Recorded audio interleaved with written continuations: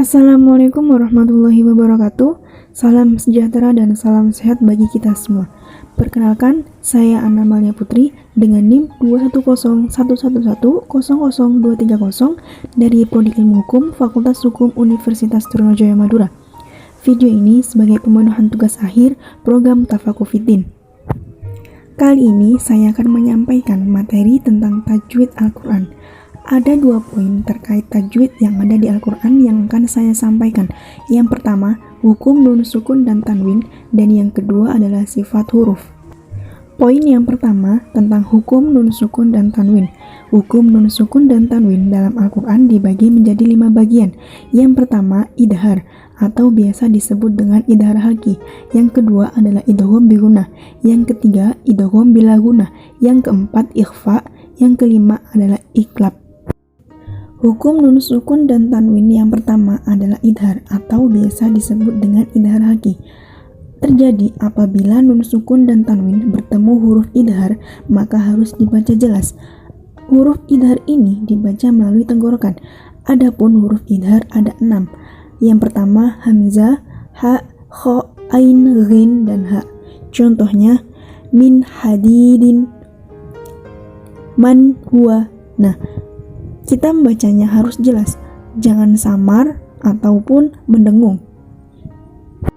Selanjutnya, hukum nun sukun dan tanwin yang kedua adalah idgham bigunah.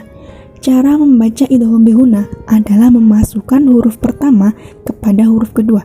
Huruf idgham bigunah ada 4. Yang pertama adalah ya, nun, mim, dan wawu atau biasa disebut dengan yanmu. Contohnya famay ya'mal mimma'in. Nah, ketika kita membaca famay ya'mal, kita akan membacanya memasukkan huruf ya di huruf nun. Famay ya'mal, gitu ya teman-teman. Selanjutnya, hukum nun sukun dan tanwin yang ketiga adalah idgham bila gunah. Cara membaca idgham bila gunah adalah memasukkan huruf pertama kepada huruf kedua. Huruf idgham bila gunah hanya ada 2. Yang pertama adalah lam dan ro. Contohnya min ladunka khairul lakum. Seperti hukum bacaan yang sebelumnya ya teman-teman, yang idgham bi gunah.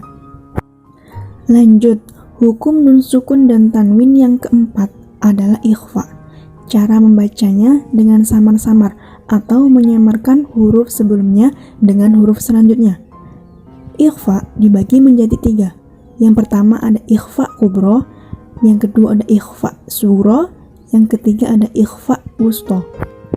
Ikhfa yang pertama adalah ikhfa kubro, hurufnya ta, dal, to. Ikhfa yang kedua, ikhfa sugro, hurufnya kof, kaf. Ikhfa yang ketiga, ikhfa wusto, hurufnya sa, jim, za, sin, shin, shod, dot, do, da, dan fa. Jadi, total keseluruhan huruf ikhfa ada 15 huruf. Hukum nun sukun dan tanwin yang terakhir adalah iklab. Iklab artinya membalikan bacaan seperti kita membaca huruf mim bersukun sebelum membaca huruf iklab, yaitu ba. Huruf iklab hanya ada 1, yaitu ba. Contohnya mim ba'di. Nah, saat kita membaca nun dan ba itu seakan-akan kita membaca huruf mim. Mim ba'di.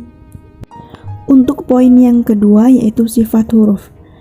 Salah satu sifat huruf yaitu sifat lazimah adalah sifat tetap yang pasti ada untuk setiap sebutan huruf dalam semua kondisi, tidak terpisah, dan suatu huruf itu sama ada pada kondisi berbaris maupun mati.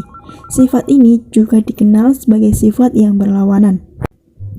Dalam sifat ini memiliki 10 sifat yang tergolong dalam kategori ini.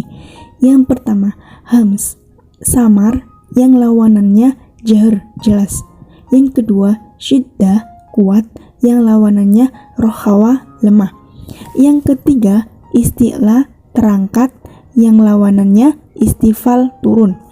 Yang keempat, itbaq, tertutup yang lawanannya infitah, terbuka. Dan yang terakhir izlaq, lancar, yang lawanannya ismat, diam. Sekian materi yang dapat saya sampaikan. Mohon maaf apabila ada kesalahan. Semoga bermanfaat. Akhirul kalam. Wassalamualaikum warahmatullahi wabarakatuh.